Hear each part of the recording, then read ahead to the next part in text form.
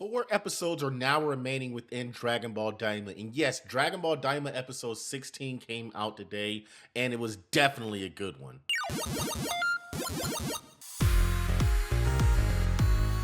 Welcome back to Nerdstorm Entertainment, everybody. It is your boy Nerdstorm here, back with another video. And today, yes, again, we are going to be discussing Dragon Ball Daima episode 16 titled Degesu. And like I said earlier, this episode was definitely good for the most part. Definitely some lore drops here and there and some cool things that happen.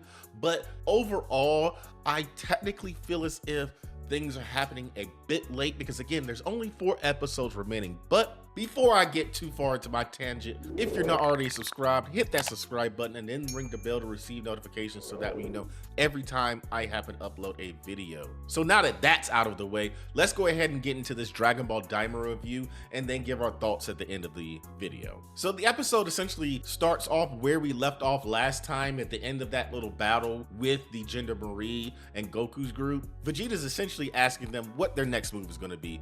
Do they go and get Dende first, or do they go and fight the Tamagami and get the final Dragon Ball so that way they can wish themselves to be adults again? And obviously because of Piccolo, yes, we're gonna go get Dende first. So it's at that point we go and we see Degesu actually walking in on Dende. And we get to see little baby Dende all swaddled up in his crib and Degesu just looking menacingly at him until he picks him up and Dende starts crying, obviously as babies do, and Degesu doesn't know what to do. He's a little startled by the crying baby. After that, we go back to Goku's group and we see that the Gender Marie Force are stopping them at the gate from entering Goma's castle. So they hop down and they do their whole little spiel just like last time, just like the Ginyu Force themselves. Again, this is a callback on the whole Super Sentai thing that's in Japan. So this is a really nice touch again because the Ginyu Force was that within OG Dragon Ball, and now we definitely have the Gender Marie Force, which I like them. They're very funny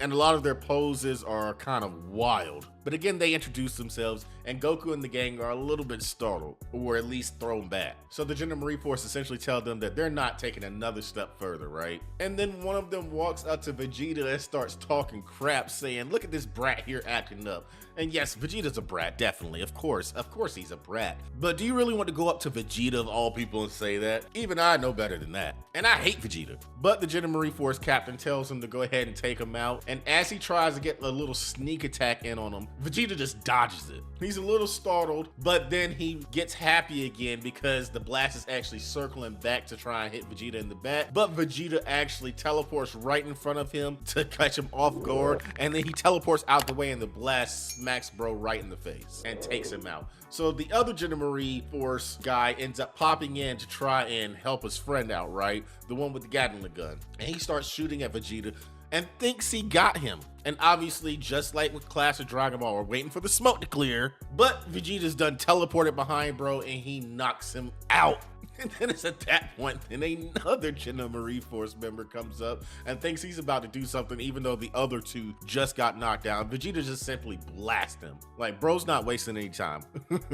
But the last 2 Gender Marie Force members, the captain and the other guy, are actually stunned and amazed at how Vegeta just simply took them out without even breaking a sweat. And the big guy sits there and tells the captain, maybe these guys actually did defeat Majin Buu and the other Tamagamis, because if you remember when the Gender Marie Force were introduced, they did not believe that Goku's crew defeated Buu and the Tamagamis. They thought it was a joke, but again, now they're actually starting to believe it. But the captain says it's finally my turn, and he pulls out a sword thinking he's about to do something, and Vegeta's simply just blocking everything until he gets a good kick in and sends him back to the ground. Bro is scared. He starts backpedaling back to his friend, and then he says, screw it, it's time to use that attack. And then out of nowhere, the rest of the Gender Marie Force members that got knocked out by Vegeta just pop up and like, yeah, go Captain, you can do it. Yeah, of course they do. So he starts to gather up energy into this energy ball and he prepares to throw it at Vegeta.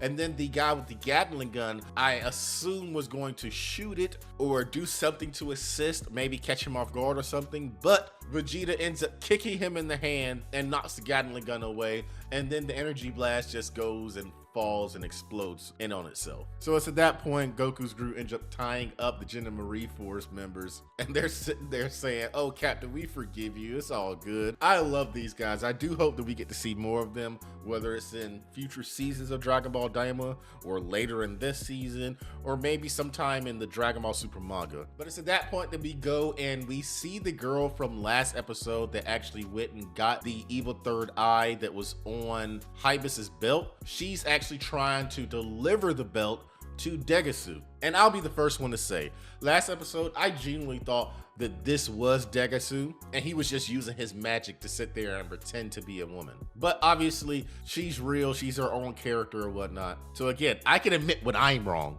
I know a lot of you can't, especially when it comes to Goku being a bad dad or whatnot, because actually he's good, but that's neither here nor there at the moment. But like I said, she's there to actually deliver the belt, and she's really worried because she hasn't gotten paid yet. I'd be worried too if I hadn't gotten paid and I've already done the job, you feel what I'm saying? But back with Goku's group, they end up splitting up so that way Goku, Piccolo, Vegeta, and the Supreme Kai can go ahead and save Dende as quick as possible without being slowed down by the rest of the gang that aren't necessarily fighters. So they go ahead and head on, but Hanzi is a little bit worried, so she chases after them. And Glorio sees this and he does the same. So it's at that point that we see Degesu actually noticing everything that's going on outside of Goma's castle. So he begins to try and head to where the Gender Marie planes are so that way he can escape. As Goku, Vegeta, Piccolo, and Supreme Kai are going through the castle, Vegeta tells Goku to stop playing around and find out where Dende is. So Goku actually begins to use instant transmission to at least try and find where Dende's energy is. And when he finds it, they head towards Dende. And then we see Degesu getting ready to enter one of the Gender Marie planes, and Goku stops him. Obviously, Goku tells him to let Dende go. And then we see this man Degesu just monologuing as most villains do, especially the ones that ain't worth nothing. And he sits there and says, "I'm impressed you made it this far. Well done, I commend your efforts," as he's pointing a gun at baby Dende's head. Like, come on, bro. You go sit there and point a gun at a baby? That's crazy. But here comes Big Brother, the Supreme Kai, telling his little brother to stop with the foolishness. And obviously the little brother that has this huge ego sits there and says, "Well, if it isn't my distinguished older brother, it's been centuries. No, over a millennia." But obviously he tells him not to get any closer. He continues to hold the gun to Dende's head. And he begins to tell them that his overall ambition is to become the king of the demon realm. Essentially become a true Makaio-shin as we used to know back in the day from the OG guidebooks and whatnot before we got Dragon Ball Daima. And then Degesu and Shin start going back and forth about a couple of different things like some Glen lore and whatnot. And Shin is essentially telling us again how Degesu has always been very ambitious and overly self-confident, right? But because of that,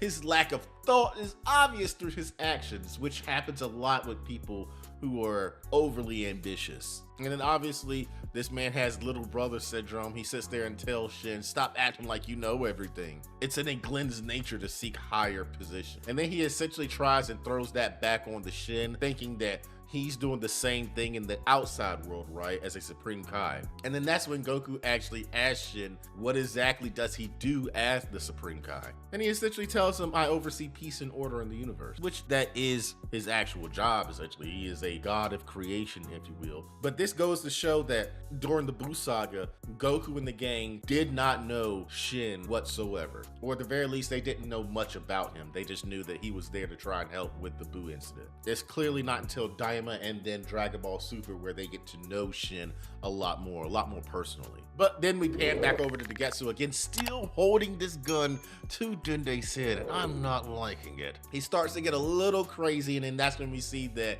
Goma has been watching this entire time, and he realizes that Degesu is actually trying to betray him. It's at that point that we see Pansy hiding behind one of the Gender Marie planes, and she pops out to try and take Degesu down so that way Dende's not hurt. But Degesu catches her and he points the gun right at her. It was all for nothing. But out of nowhere, we end up seeing this thing come flying towards Degesu. And guess what it is? It's Hibis's hat. And it knocks him out cold almost. And he throws baby Dende up, and then luckily Pansy is running after him to catch him, and she definitely catches him. Thank Kami, he's safe. And then right after that, this man Piccolo proceeds to give this man Degesu a mean chop to the throat and knocks him out, for real this time. And then as Goku is wondering who threw the hat, we see Glorio there. And yes, Glorio saved the day. And I'm starting to like Glorio more and more. And even Hibis was there because obviously he had to lend him the hat. I love Hibis so much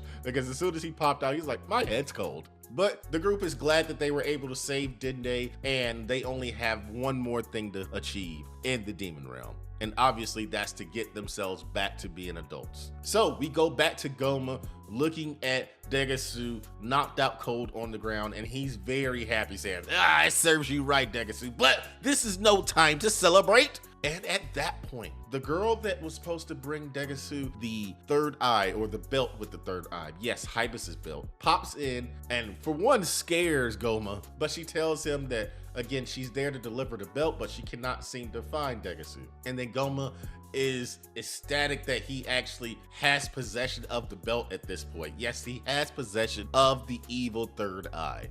And the girl at that point sits there and says, so am I gonna get paid for all of this? Because I even lost the hat that my ex gave me. Goma tells her to take anything that she sees in that other room, and then he starts reveling over the fact that he now has access to the evil third eye. So we go back to Goku's group and we see Degesu is now tied up and he's being carried out. And the group says that now that they've rescued Dende again, all they have left to do is to turn themselves into adults by getting the final Dragon Ball, and that they'll take care of Goma once they have the final Dragon Ball. Glorio mentions to them that Goma is not to be played with, and that fighting the Tamagami and becoming adults should be the first thing that they do. So they head towards the arena where the first Demon World Tamagami is located. But obviously once they get there, they notice that the Dragon Ball is not in the Tamagami's stomach. The Tamagami tells them that the victor has already obtained the Dragon Ball, and then that's when a Rensu pops up with Majin Buu and Ku, telling the group that unfortunately,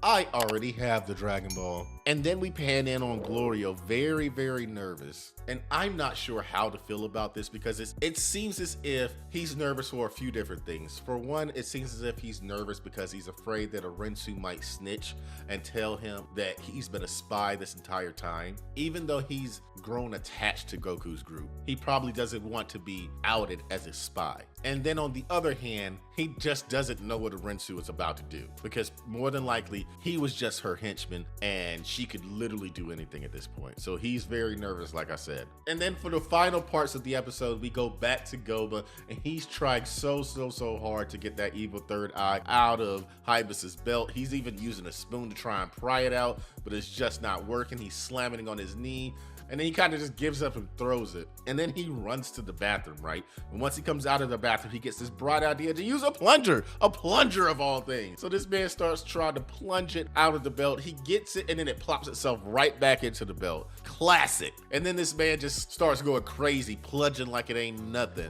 like he's literally clogged up a toilet. And he finally plops it out for good this time. And then that's when the girl that Degesu used to go get the belt comes back with all the stuff that she grabbed from the other room, and Goma tells her to put the third eye on his forehead. She thinks it's very disgusting, and then Goma tells her, you have no choice. And then she says, I definitely have a choice, I'm not doing it. And then this man Goma sits there, tells her that I'll pay you 50,000 Dokuro. And then she says, make it 100,000. So then he was like, fine, just do it. So she takes the evil third eye and begins to place it on his forehead. At first it's just not going in, so she continuously slaps it on his forehead multiple times until it finally clicks in and his forehead begins to absorb the third eye. And then that's when Goma begins to transform. He's just going crazy. His voice is even starting to change so much that it scares the girl and she runs away. Goma is seemingly writhing in pain, and then he begins to glow purple and starts to grow. He's getting more muscular and taller. And then the episode ends with us zooming in on Goma's face. He looks menacing with the third eye on the middle of his forehead. And that's how the episode ends. Honestly, that whole section realistically looked like this man was a Pride Trooper or a knockoff Pride Trooper, because we didn't really see all of Goma or what he fully looked like, but still. Either way, all in all, the episode was okay. It wasn't the best episode. I still enjoyed it. A few lore drops here and there, but not too much. Again, we only have 4 episodes left, so I feel as if this slow dragging on is not necessarily necessary, but you know, it is what it is. During the next episode, Goku's group is going to be fighting Majin Buu and Ku, and I could not wait to see that fight, because clearly, for one, this man Piccolo is aura farming. Like, bro, we see the fit, and it's looking like we're getting to see some pretty dope combos that we haven't seen so far in Dragon Ball Daima. So I'm excited for the next episode. I'm excited for the last 4 episodes. So hopefully there's lots of action within these next 4 episodes and things aren't too slow. So with that being said, let me know what your thoughts are in the comment section about episode 16 titled Degesu. Did you like the episode? Did you hate it? Are you excited for these last 4 episodes of Dragon Ball Daima, or are you worried? Again, let me know in the comment section. And if you enjoyed this video, be sure to go ahead and hit that subscribe button and then ring the bell to receive notifications, so that way you know every time I happen to upload a video. And if you want to stay up to date on all of my content, whether it be YouTube content or even some of my short form content like on TikTok, Instagram, Facebook, and Twitter, be sure to follow me at NerdStorm92 on all socials. I'll have the links for everything in the description below. And if you want to catch me live and come chat with me live, be sure to go ahead and go to twitch.tv/NerdStorm92 and follow me there. I try to stream every Monday, Wednesday, and Saturday at 6 p.m. Eastern Standard Time. So definitely come on over to Twitch and let's have a chat live together. And with that being said, I will catch y'all in the next Dragon Ball Daima review. Peace.